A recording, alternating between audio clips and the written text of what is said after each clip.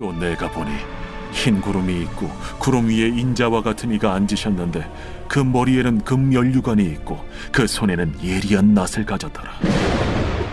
또 다른 천사가 성전으로부터 나와 구름 위에 앉은 이를 향하여 큰 음성으로 외쳐 이르되, 당신의 낫을 휘둘러 거두소서. 땅의 곡식이 다 익어 거둘 때가 이르렀음이니이다. 구름 위에 앉으신 이가 낫을 땅에 휘두르매 땅의 곡식이 거두어지니라. 또 다른 천사가 하늘에 있는 성전에서 나오는데 역시 예리한 낫을 가졌더라. 또 불을 다스리는 다른 천사가 제단으로부터 나와 예리한 낫 가진 자를 향하여 큰 음성으로 불러 이르되, 내 예리한 낫을 휘둘러 땅의 포도송이를 거두라. 그 포도가 익었느니라. 천사가 낫을 땅에 휘둘러 땅의 포도를 거두어 하나님의 진노의 큰 포도주 틀에 던지매 성 밖에서 그 틀이 밟히니 틀에서 피가 나서 말 굴레까지 닿았고 1600 스타디온에 퍼졌더라.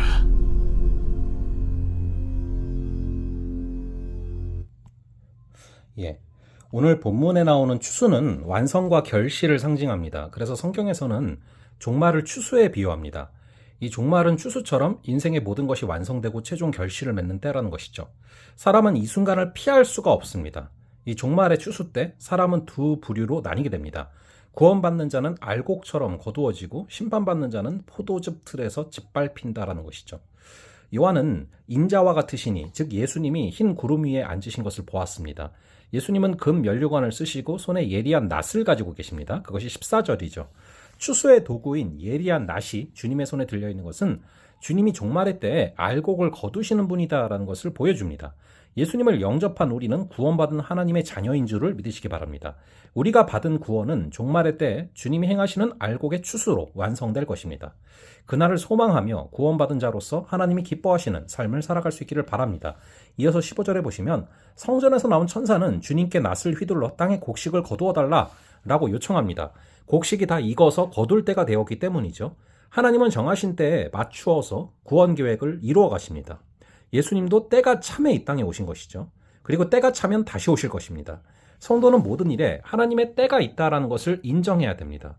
우리의 조급함이나 불안함 대신에 하나님의 완전한 타이밍을 신뢰하며 기다려야 되는 것이죠. 이어서 16절에 예수님이 낫을 휘두르시자 땅에 곡식이 거두어집니다. 이 곡식은 구원받은 성도들을 의미합니다. 예수님이 알곡을 추수하시는 장면은 성도들의 구원이 확실하다는 것을 강조하죠. 우리의 구원은 굳건한 것입니다. 어떤 상황이나 환경에 흔들리거나 불확실해지는 게 아니라 하나님의 때가 될 때 완전히 이루어지는 것이죠. 그러므로 성도는 급변하는 세상의 한복판에서도 이미 구원받은 그 구원과 재림의 때에 완성될 구원의 확신 속에서 살아가야 흔들리지 않습니다.